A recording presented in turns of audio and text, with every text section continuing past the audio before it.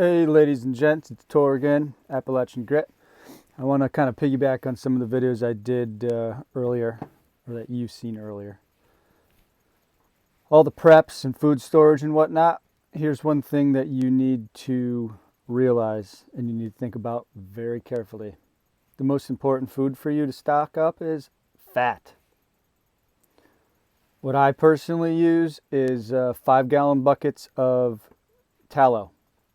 Beef tallow. I forget what they cost, but they're pretty expensive, but they last for a long time.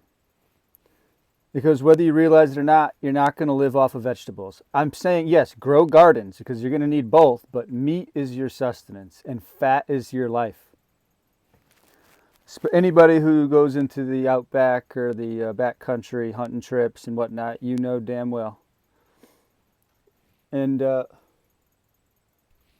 anyways, carnivore diet, that's what I use. And so I know I'm intimately familiar with the function of fat. Because if you don't have enough, you use your body's fat. You're fat adapted at that point. But fat is life.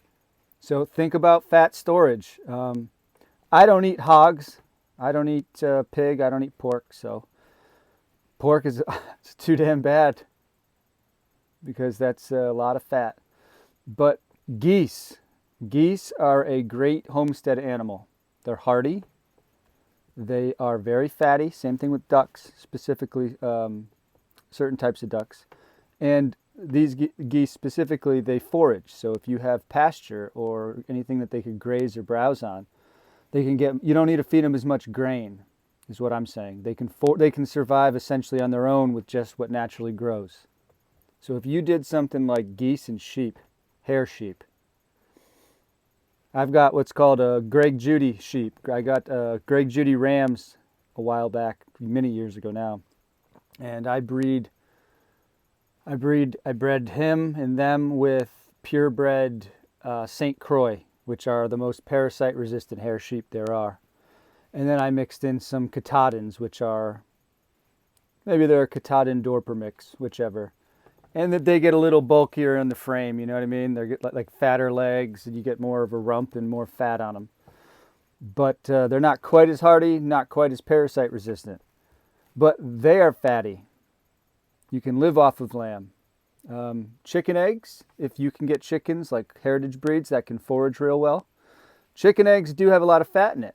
Cholesterol is good, by the way, folks. Don't listen to your doctors. That's just a ploy. If you don't know about that scam, that's the gateway to getting you into the medical system, by the way. Anyways, I don't know what I'm really talking about, but that's another prep you need to really think about is fat storage. However you want to go about it, think about it. You're going to need it. And when you stock up meats, remember, you can be eating rabbit or deer or something, and you can starve to death with a full stomach. Why? Because it does not have enough fat. I know a lot of my hunters and survivalists out there know this, but you can't have too much meat. And remember, there's a thing called gluconeogenesis. Yes, people, you can live off of just meat and fat. Trust me, I've done it for almost 2 years. Gluconeogenesis is when your body creates all of its own carbohydrate that it needs, its own glucose. There's carnivore channels out there that talk about it. A good one would be Dr. Anthony Chafee. Check him out if you're interested, because the health implications and benefits are just worth it. Trust me. And the survival situations, trust me, folks, it's a lot easier to raise animals that are hardy and can survive in your conditions that you're in with your environment than it is to try and grow crops and defend those dang crops, because grass and weeds will always grow. Get things that could eat grass and weeds. Trees may die, plants will die, you may not have this or that, but hardy animals, they'll persist. And you can live off of meat, and you cannot live off of just vegetables for long. And what if you have a bad season? Anything can destroy them, whether you get a blight, you get insect damage, you get voles, moles, rabbits, and you know what I'm saying. Anything can destroy your crops. That's why our ancestors in the Bible, the patriarchs, were shepherds, herdsmen. It's the way to go. I'm telling you, you just need some land for it. But with sheep and geese, you don't need as much as you think. 1 acre you could probably do. If you have 1 acre of grass, you could rotationally graze them carefully.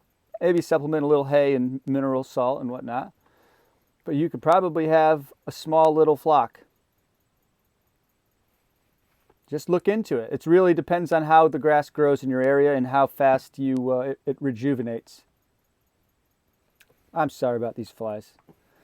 Livestock, man. When you have livestock, you have flies. And I'm in and out all day, so I wish I could kill them all. I try. These things are fast when it's hot in here. Anyways, think about it. And fat storage. You need to store fat. I don't hear anybody talking about it. Store your fat. There's a company called Fatworks, which sells tallow and ghee and lard, but I don't do lard because it comes from pig, and I stopped eating pork a long time ago. Trichinosis. Nasty little things. Anyways, but if you do and you want to do that, fat regardless. Your body still needs it. Store it, buy it, stock it. It'll last forever for the most part.